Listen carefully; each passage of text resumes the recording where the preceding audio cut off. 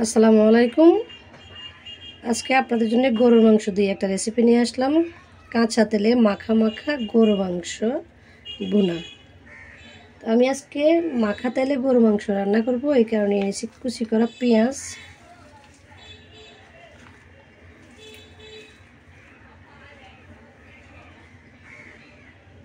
তার সাথে দিয়ে দিব রসুন বাটা, দিয়ে দিব আদা বাটা, তারপরে দিয়ে দিচ্ছি এখানের মধ্যে গরম মশলা যেগুলো লাগে, তেজপাতা, দারুচিনি, একটা স্টার মশলা, এলাচ, গোলমরিচ, লং একসাথে দিয়ে দিব। এবার দিয়ে দিব হলুদের গুঁড়ি, মরিচের গুঁড়ি, যা লাগে পরিমাণ মতো।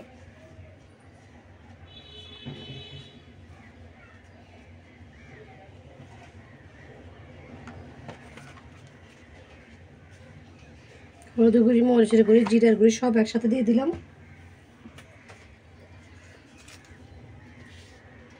দিয়ে দিচ্ছি লবণ, দিয়ে দিব সয়াবিন তেল। এবার মেখে নিব।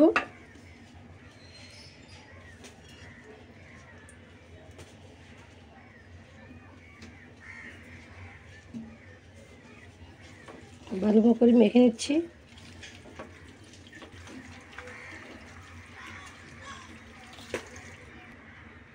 প্রায় এখানে 3-4 মিনিট ধরে আমি মাখা মাখা করে ভালো করে মেখে নিয়েছি। এবার আমি ঢাকনা দিয়ে চুলায় জাল দিয়ে দিচ্ছি।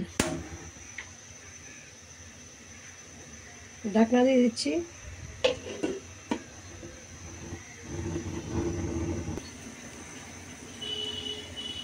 ঢাকনাতে উঠে নিলাম। কয়েক মিনিট পর এসে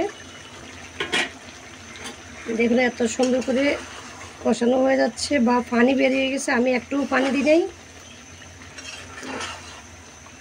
ভালো করে একটু আবারও মিক্স করে দিচ্ছি।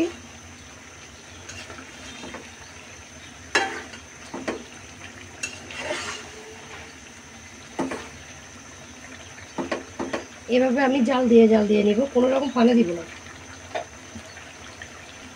আবারও ঢাকনা দিয়ে রেখে দিচ্ছি।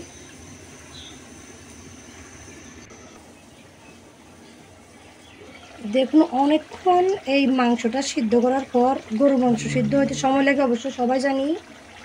এবার আমি দিয়ে দিব নতুন আলু। এখন সিজনে নতুন আলু বেরোছে, বড় বড় করে কিউব করে মাংসের সাথে দিয়ে দিচ্ছি নতুন আলু। আর আমার কাছে খুব ভালো লাগে নতুন আলু দিয়ে। নতুন আলু খেতে একটা আলাদা টেস্ট আছে। কিন্তু আমি এখনও কোনো ঝোল দিই নাই মাংসতে। আগের যে ঝোল যে বাইরে গেছে সিদ্ধ হতে হতে, এই ঝোলের মধ্যে আমি মাংসটা কষিয়ে নিচ্ছি। মাংসটা অনেকখানি সিদ্ধ হয়ে যাওয়ার পর আমি আলুটা দিয়ে দিছি।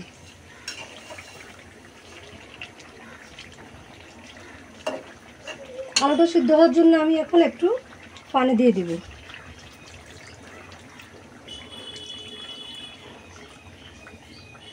এই পানির উপর হালকা জাল দিয়ে আমি আলুটা সিদ্ধ করে নিব। অতিরিক্ত বেশি পানি দিয়ে মাংস কিন্তু খুব একটা টেস্ট লাগে না, মজাটা নষ্ট হয়ে যায়। ঢাকনা দিয়ে দিচ্ছি আলুটা সিদ্ধ হওয়া পর্যন্ত। গরুর মাংস এবং আলু একসাথে কষা কষা হয়ে গেছে একেবারে। গরু মাংসের সাথে আলুটা একবারে সিদ্ধ হয়ে গেছে। তাহলে এবার দিয়ে দিব আরেকটা মশলা,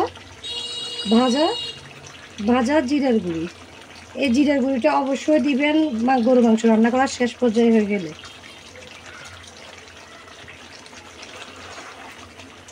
এবার নামিয়ে নিব।